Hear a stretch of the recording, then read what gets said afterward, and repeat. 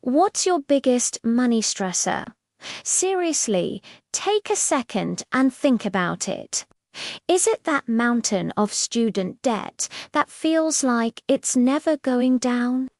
Is it the feeling of living paycheck to paycheck, holding your breath every time you swipe your card? Maybe it's the anxiety of not having enough saved for retirement, or just the everyday pressure of rising costs for, well, everything. If any of that sounds familiar, I want you to know you are absolutely not alone. Financial stress is one of the most common, yet least talked about, stressors we face. It's this invisible weight we carry around, and it can impact everything: our sleep, our relationships, our health. It's like having 100 tabs open in your brain, all demanding your attention at once. For a long time, my biggest money stressor was what I call the unexpected. You know, the car breaking down, the surprise medical bill, the leaky roof. It felt like every time I managed to get a little bit ahead, life would throw a curveball, and poof, the savings were gone. It was a frustrating cycle of one step forward, two steps back. And it made me feel like I was failing, like I'd never get control of my finances. So let's break this down. Why does money have such a powerful hold on our emotions? It's because money isn't just about numbers on a screen. It's tied to our sense of security, our freedom, our dreams for the future, and even our self-worth. When we feel like we're not managing our money well, it's easy to feel like we're not managing our life well. Today, we're going to pull back the curtain on these common money stressors. We'll look at the big ones: debt, lack of savings, inconsistent income, and the fear of not being able to afford the life you want. But more importantly, we're not just going to stare at the problem. We're going to talk about real, actionable steps you can take to start chipping away at that stress, one small piece at a time. This isn't about getting rich overnight.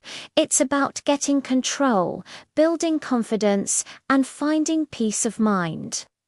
Let's start with the big one: debt. Whether it's credit cards, student loans, or a car payment. Debt can feel like you rerunning a race with a ball and chain attached to your ankle. The interest keeps piling up, and it can feel like you're just paying and paying without making any real progress. The psychological toll is huge. It can make you feel trapped.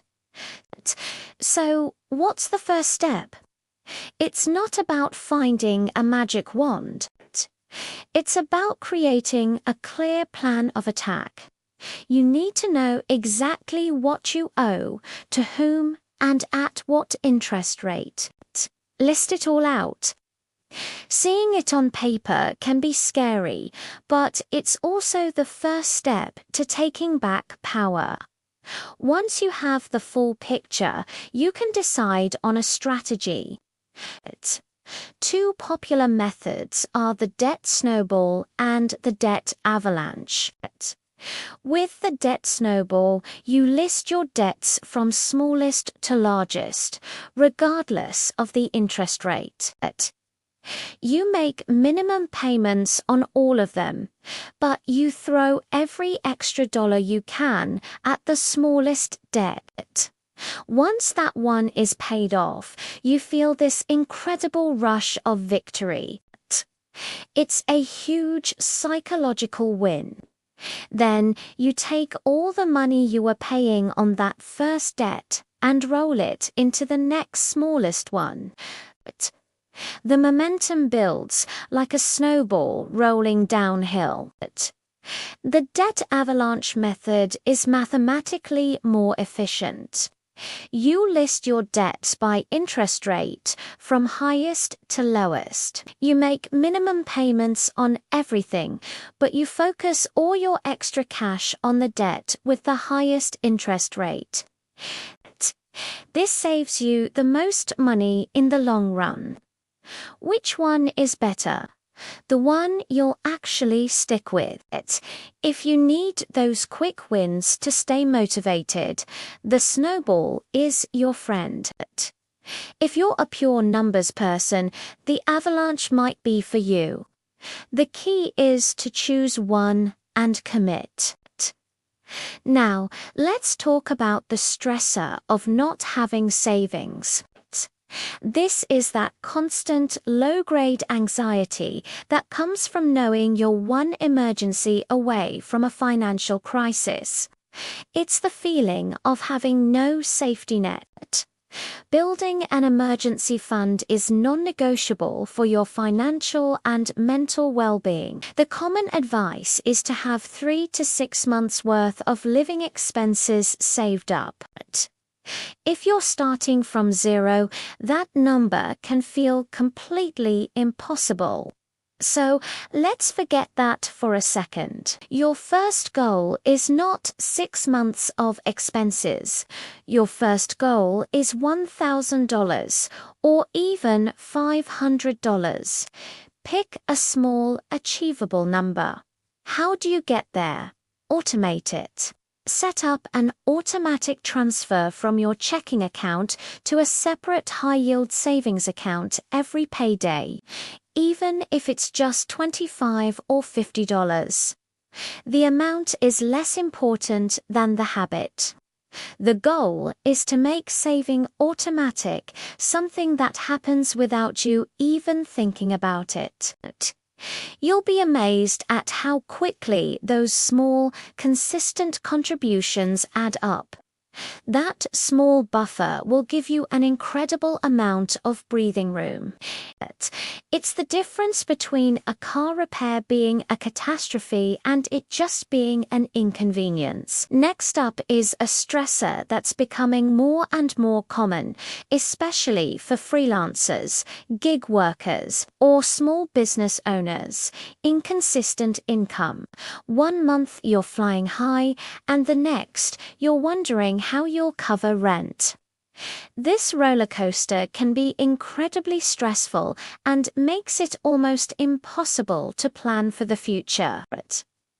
The key to smoothing out the bumps is to change how you manage your cash flow. Instead of living directly out of your business account, create a system. A great approach is to have 2 main bank accounts, one for your business income to flow into and one for your personal expenses. Decide on a fixed salary that you pay yourself each month from your business account to your personal account. This salary should be based on your average monthly income, or even a little less, to be safe. During the high-income months, the extra money stays in the business account, building up a surplus. During the lean months, you still pay yourself that same consistent salary, drawing from the surplus you built up. This single change transforms your financial life. Your personal income becomes predictable and stable, even when your business income isn't. You can budget, you can plan, you can save all, because UVA created a firewall between the volatility of your work and the stability of your personal life. It takes discipline, but the peace of mind it provides is priceless. Finally, let's address that vague but powerful stressor, the fear of the future. This is the anxiety that you're not on the right track. It's comparing yourself to friends who are buying houses or taking fancy vacations. It's the worry that you won't be able to retire, or that you won't be able to provide the life you want for your family. This stress is often fueled by a lack of clarity. We worry about the future because we haven't defined what we actually want it to look like. So, the first step is to get specific. What are your goals? Don't just say, I want to be financially free. What does that mean to you? Does it mean retiring at 55? Does it mean being able to travel for 3 months every year? Does it mean having the freedom to switch to a lower paying but more fulfilling career? Write these goals down, make them real, then work backward. If you want to retire with a certain amount of money, use an online retirement calculator to figure out how much you need to be saving each month to get there. If you want to buy a house in 5 years, research down payments in your area and calculate how much you need to save. Breaking a huge, scary goal like retirement into a small, manageable monthly action like invest $500 a month makes it feel possible. It shifts your focus from the overwhelming future to a simple, controllable action you can take today. And every time you make that monthly contribution, you're not just saving money, you're casting a vote for your future self. You're actively building the life you want, which is the most powerful antidote to financial anxiety there is. Remember, managing financial stress is a journey, not a destination. There will be good days and bad days. The goal isn't to never worry about money again.